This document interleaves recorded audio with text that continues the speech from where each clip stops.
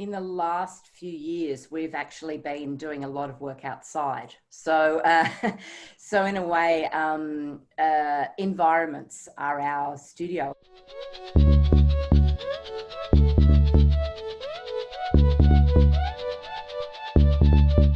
Hi, Anna and Michelle. Lovely to see you both. As you know, this is part of a series of interview conversations that we're doing with artists that Experimenta has worked with about their studio practice and what they consider to be their studio. So my first question is exactly that. What are the essential requirements for what you define as your studio? In the last few years, we've actually been doing a lot of work outside. So, so in a way, environments are our studio at the moment for our production work anyway. So we've been doing either working with cinematographers and working with kind of quite state-of-the-art cameras, or we've been experimenting with hydrophones. And we've more lately been using drones in the last lot of work we've been doing. So, so yeah, we've been working outside a lot in terms of production. And that has been a little bit of a departure for us because we were using a lot of studio spaces, very kind of set sort of cinematic studio spaces, sound stages and so on.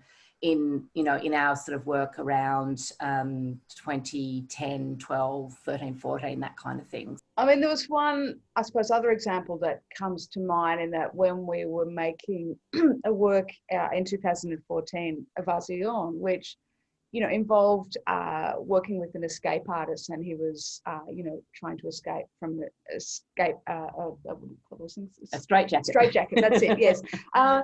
And that was the first time we've ever worked with so many channels. So it was like an 8-channel piece. And a lot of it was actually informed by the kind of aesthetics and the movement that you find in sort of pre-cinematic optical toys like praxinoscopes and zoetropes. And in the end, because I'd never kind of edited a piece, an 8-channel piece and trying to work out how to sort of choreograph it.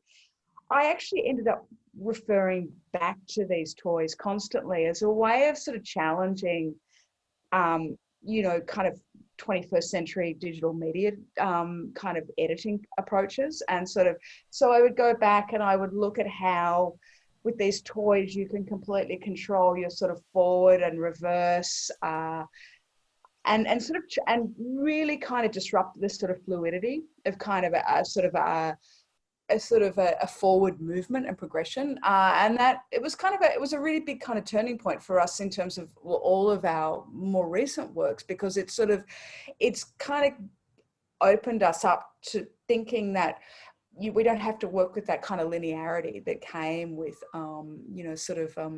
cinema really. A lot of kind of and approaches to kind of editing. So so they kind of they do serve a purpose for us. They're always kind of informing and inspiring, I guess.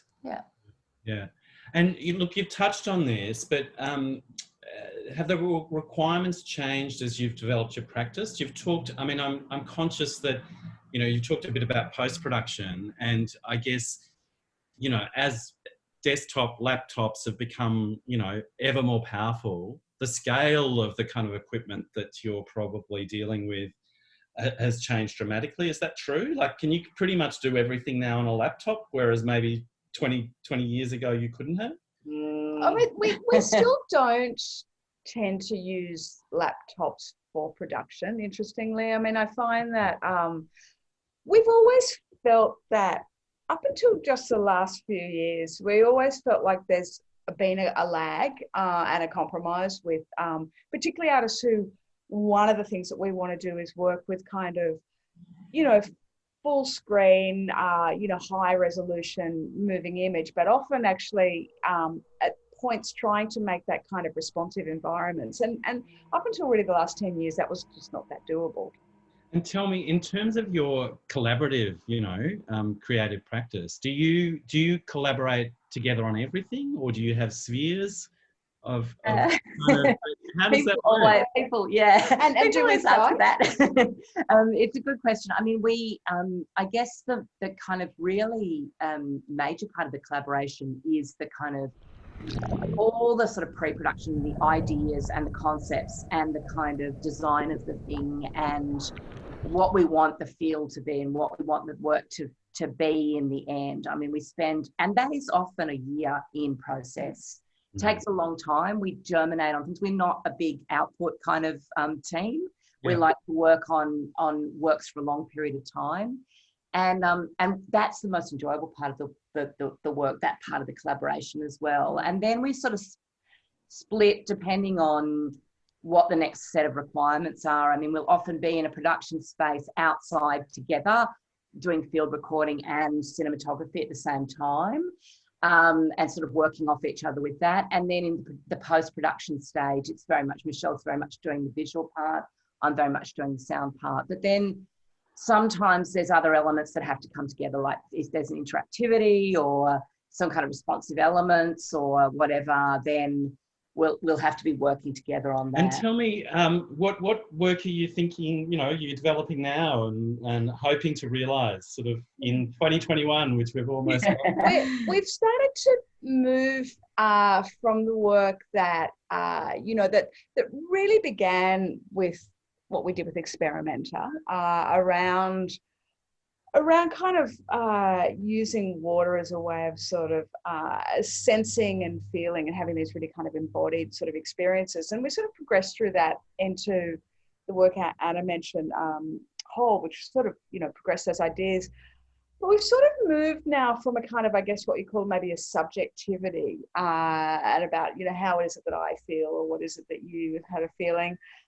And we've started to work more with kind of other forms of temporalities, I guess. And whilst those works are really very much around time and experience, now we're sort of trying to think about what are the sort of temporalities that we're talking about now when we consider the changes that are happening globally, you know, within the world and in terms of, you know, a sort of warming climate. How do we understand those sort of timeframes and what we call a geotime? So we've started kind of progressing and trying to think and work kind of in a sort of trying to kind of find, I guess, a more than human kind of approach to our practice, which I think is profoundly difficult. I think it's profoundly difficult for anyone, actually. But one of the things that we're working with now is actually working with drones and trying to think of different ways cinematically we can kind of explore terrains that really kind of circumvent those sorts of